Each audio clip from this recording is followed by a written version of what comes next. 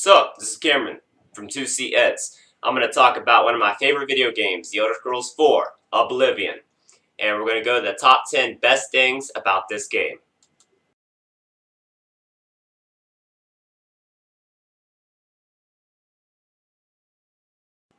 Alright, number 10, voice acting. There's not much of a variety of voice acting in this game, however, the people who do voice act are amazing.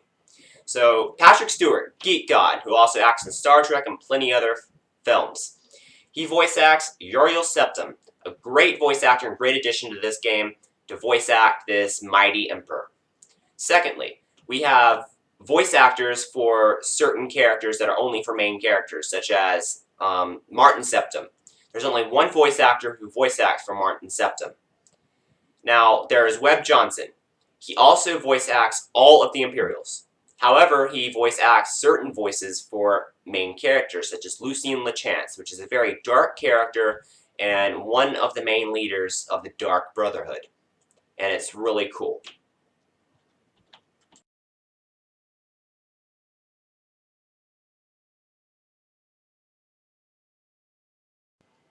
Number 9. We're going to go for the lore additions that are added to this game, such as books that are within the game, quotes that are within the game, and objects within the main quest that are within the game. And it's really cool because it adds much more features that Morrowind didn't add, such as the fact that Talos was mentioned in the main quest line. You had to go and retrieve his armor. Tiber Septim, actually his armor. And it was cool because they mentioned you had to get the blood of a divine. And it mentioned that Talos was a divine, which was contradicted in Skyrim. And lore features in Oblivion are very, very interesting. You can go around all of Cyrodiil to look for books and read very interesting things about the series.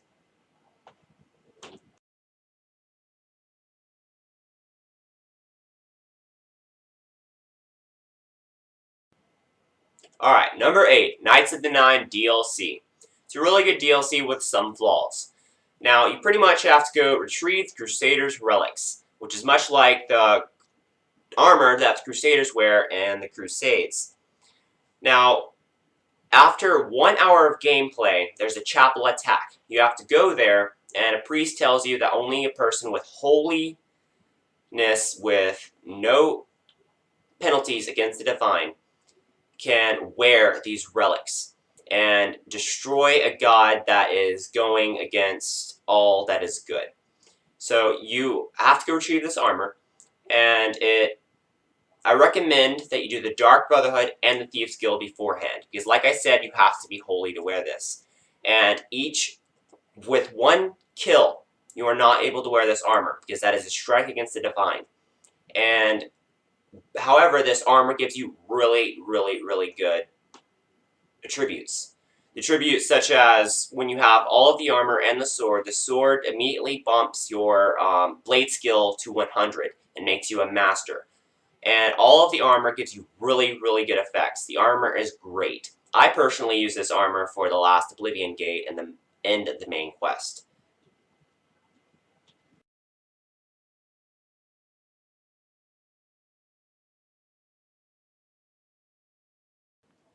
Number 7, the Shivering Isles. Shivering Isles is a great DLC, one of the best DLCs that I've ever played on any video game. It is amazing. You walk into the Gates of Madness, an island that is so creatively made. It is amazing. It is so cool because it is madness. It is craziness everywhere. And you have to deal with that. You go to the land, which itself is madness. And you have to go and kill the gatekeeper, which is an extremely hard task. And I recommend that you're higher level or you have help, which you can get help, but it's optional. Also, you go into the Shivering Isles, the actual main part of the Sheogorath realm. And you go in and you have to help Sheogorath repel against his attack from another Daedric prince. Now let me say, spoiler alert, you eventually become Sheogorath himself. You have to take the mantle of the Daedric prince to prevent from the realm from being destroyed again. Because at the end of each era, there becomes a time where Jiggalag, the Daedric Prince of Logic and Order, has to retake the realm and make it his own. So essentially, Sheogorath is Jiggalag. The Daedric Prince made Jiggalag Sheogorath, which was much more dangerous than Jiggalag. And it's really awesome. You get amazing weapons and armor that you can use outside of the Shivering Isles within Cyrodiil, such as the Staff of Sheogorath. It is amazing. Really, really cool design. What's cool about it is you just fire it at a crowd of people, they freeze. They completely freeze. You can't kill them, you can't attack them, but they literally freeze. Just stand still for almost 1 minute. You have time to get the hell out of there. And it's a great addition to this game, and you get really, really cool experience within the storyline.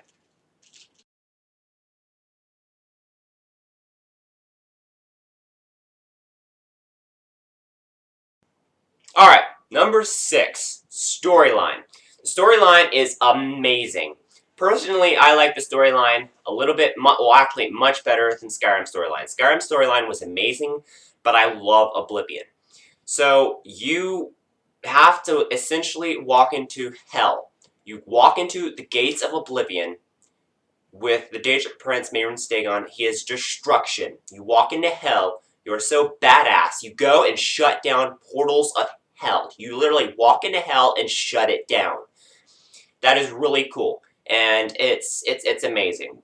Now, each guild is really cool, because each guild has a very specific storyline for it.